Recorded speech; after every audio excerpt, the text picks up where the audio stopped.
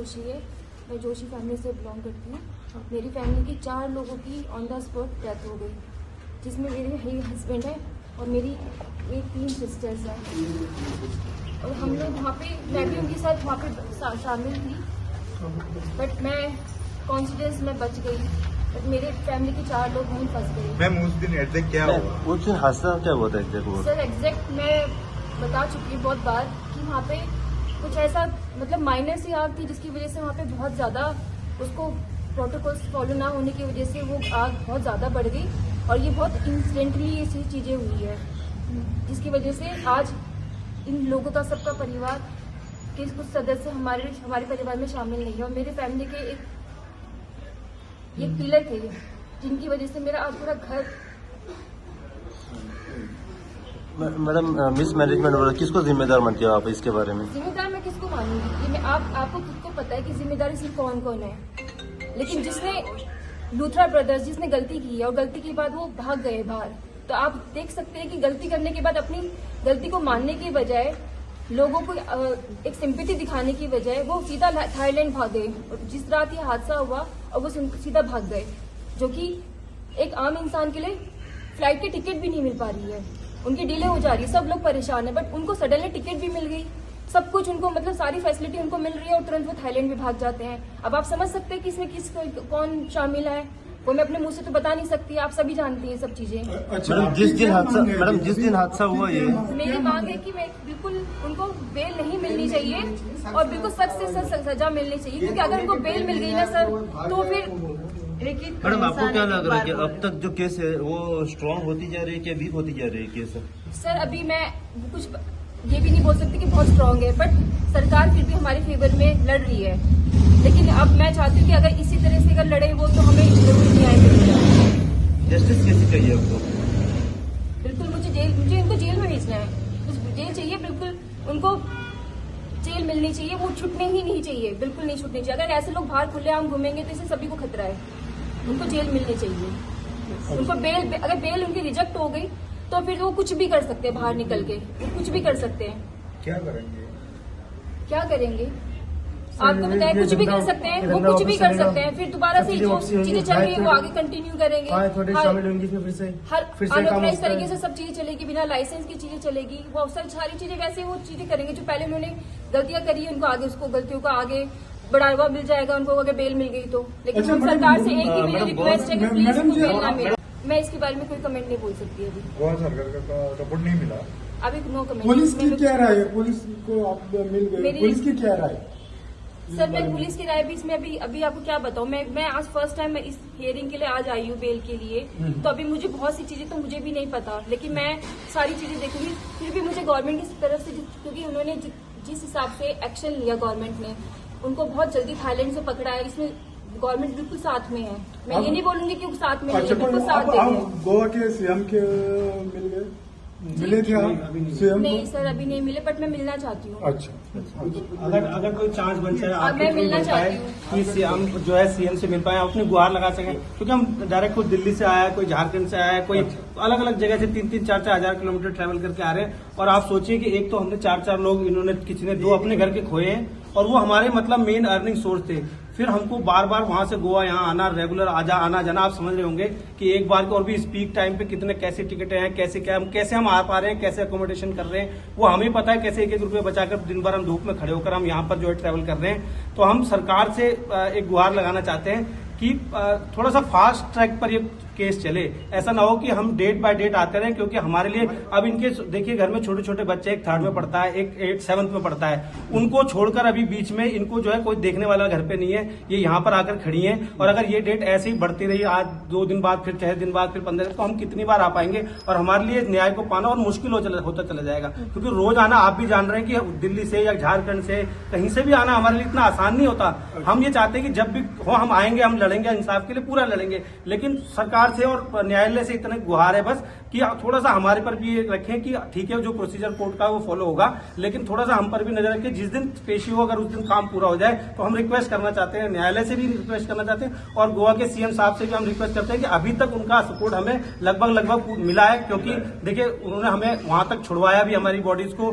दूसरा उन्होंने जो है क्या कहते हैं हमारी कई तरीके से उन्होंने हमारी मदद भी करी है, ऐसी बात नहीं, लेकिन ये इतना इनफ नहीं है। हम चाहते हैं कि हम अपनी बात को उन तक रखें, वो एक बार हमें मिलने का मौका दें। एक घर से 4 लोग, एक घर से 2 लोग गए।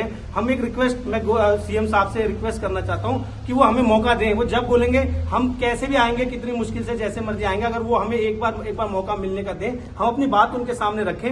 हो सकता है कि कुछ उनसे बात करके कुछ हमें भी सांत्वना मिले और कुछ आगे का रास्ता निकले। और हम चाहते हैं कि वो जितनी कड़ी अभी तक उन्होंने, जैसे थाईलैंड से लाने में उन्होंने जो जल्दी, मतलब जितना क्विक, उसमें दिल्ली पुलिस का भी साथ था और गोवा पुलिस का भी बहुत अच्छा योगदान था। हम उनसे ये रिक्वेस्ट कर रहे हैं जितना एक्शन अभी तक तेज हुआ है ऐसा ही एक्शन आगे भी हो, और हम सबको एक बार मिलने का मौका सीएम साहब से मिल जाए तो बहुत मतलब। आप कहाँ से हो? हम दिल्ली से हैं। आपका कौन था? ये मेरे भाई हैं। हाँ। ये मेरी भाभी हैं और ये इनकी बहन है। उस काम करते स्टाफ थे?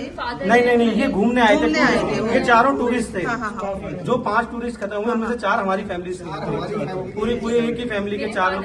आप सोचिए, ये इनके पिताजी हैं, इनके 3 बेटियां और एक दामाद एक साथ एक ही शाम को जो है खत्म हो गई। फादर कौन है? मैं कहना चाहता हूँ, हमें न्यायालय से अनुरोध करता हूँ कि हमें न्याय दिलाया जाए। इन बच्चों का आगे पीछे देखने वाला कोई नहीं है। इनको न्याय देना न्यायालय का होना चाहिए। प्रार्थना भी करते हैं न्यायालय से, गुहार लगाते हैं जल्दी से जल्दी न्याय दिलाया जाए। इन्होंने पूरे अपने परिवार को एक झटके में 3 बेटियां गई और एक जवाई चला गया। ये सोचिए आप कितना, जो उनके बेटे से भी अटपट था, एक झटके में उनका पूरा परिवार खत्म हो गया। अब आप देखिए एक बाप के ऊपर क्या गुजर रही है इस चीज की। आप कोई मतलब इस चीज के बारे में सोच भी नहीं सकता कि एक परिवार से 4 बॉडीज को निकालना कितना डिफिकल्ट होता है एक फैमिली के लिए। और हमने वो सब देखा है, बॉडी की ऐसी कंडीशन देखी है कि कोई भी इंसानों को, मतलब मेरी मैंने पहचानने लायक नहीं थी, इतनी बुरी कंडीशन में थी। सफोकेशन से उनकी डेथ हुई है, जलने से डेथ हुई है। अब आप देखिए कि मतलब हमने कभी ऐसा सोचा भी नहीं था कि ऐसा कुछ होगा, बट वो इतना बड़ा इंसिडेंट नहीं बनता। अगर कुछ प्रोटोकॉल्स फॉलो किए जाते तो शायद ये चीजें वहीं पर ही खत्म हो जाता, बट नहीं किया गया। वो बहुत लापरवाही थी और उस लापरवाही का नतीजा आज हम सब लोग भुगत रहे हैं। आप ये देखिए, उनका, वो तो पैसे वाले लोग हैं, उनका कुछ नहीं जाता, लेकिन गरीब लोग हमेशा हर जगह मारा जाता है। एक इंसान जो घर में एक सिंगल बंदा कमाने वाला है, जिसके ऊपर पूरा परिवार डिपेंड है, और उसको एकदम से मतलब किसी हादसे में मौत हो जाती है, पूरा परिवार तो बिल्कुल रोड पे आने की कगार पे आ जाता है। आ गए रोड पे, ऑलमोस्ट आ गए हैं। हमारी जो इतने फाइनेंशियली इतनी क्राइसिस चल रहे हैं हमारी लाइफ में इस पिछले महीने से कि आपको बता नहीं सकते। हम बहुत मिडिल क्लास फैमिली से बिलोंग करते हैं। एक सपना था कि गोवा जाके हम अपने परिवार के साथ एक अच्छा टाइम मेमोरी स्पेंड करेंगे, एक अच्छा मेमोरेबल टाइम हम अपना स्पेंड करेंगे, बट कुछ के लिए हमने अपनी सेविंग्स से कुछ अमाउंट जोड़ा, बट मैम क्या उसके बदले में हमें क्या मिला? हम लोग तो घूमने आए थे, हमने किसी को कुछ गलत नहीं किया, हम लोग सिर्फ घूमने आए थे यहाँ पर। क्या घूमने का आम इंसान के लिए क्या इतनी बड़ा गलत है कि एक इंसान घूमने के लिए आ रहा है अपने घर बार को, अपने बच्चों को छोड़ करके, और यहाँ जाके उसके साथ किसी की लापरवाही की वजह से क्या होता है? मैडम जी, जब गोवा में आए थे तब आप भी वहाँ शामिल? बिल्कुल मैं शामिल थी सर। आप पहले बात क्या हुआ उस दिन का थोड़ा इंसिडेंट थोड़ा नरेट करके बता दीजिए। आप मौजूद थे? बिल्कुल मैं मौजूद थी, मैं अपनी फैमिली के साथ ही खड़ी थी, बट उनका जो वहाँ पे मतलब इंतजाम था, जो भी वहाँ पे था, हमको सिर्फ 15 से 20 मिनट हुआ था वहाँ बैठे हुए। हमने एक जूस ऑर्डर किया था, वो भी फिनिश नहीं किया था, बल्कि मेरे हस्बैंड ने वो आग देखी। मेरे हस्बैंड इतने सोशल हैं कि मतलब किसी को दुख में नहीं देख सकते। उन्होंने सब लोगों को बोला कि आप पैनिक मत करो, अदरवाइज अगर वो भी अपनी जान के लिए सोचते तो वो भी पहले भागते। वो इतने लंबे चौड़े हट्टे कट्टे हैं, आप देख सकते हैं इसमें।